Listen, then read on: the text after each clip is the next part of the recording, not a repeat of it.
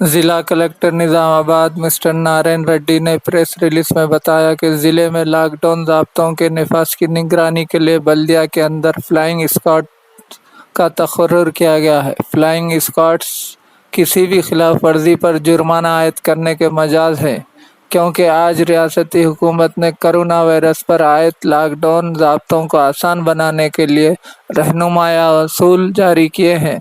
ज़िले की आवाम इन रहनुमाना उसूलों पर अमल करे और इसमें कोई खिलाफ वर्जी या माफ़ी नहीं होगी। इन ज़ाबित की शराइत को नाफिज करने के लिए निज़ामाबाद म्यूनसिपल कॉरपोरेशन 5,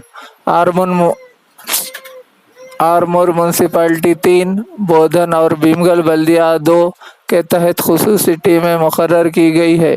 इन टीमों को अपनी अपनी हुदूद की निगरानी 24 घंटे करनी होगी। किसी भी खिलाफ वर्जी की सूरत में 500 से 1000 रुपये तक जुर्माने आयद होंगे। जिला कलेक्टर ने कहा कि अगरचे जुर्माना अदा न किया गया तो कानूनी कार्रवाई की जाएगी। हुकूमत की तरफ से अवाम की फलाह व बहबूद के लिए ज़ाबित नाफिज कर दिए गए हैं और हर एक इसका जिम्मेदार है।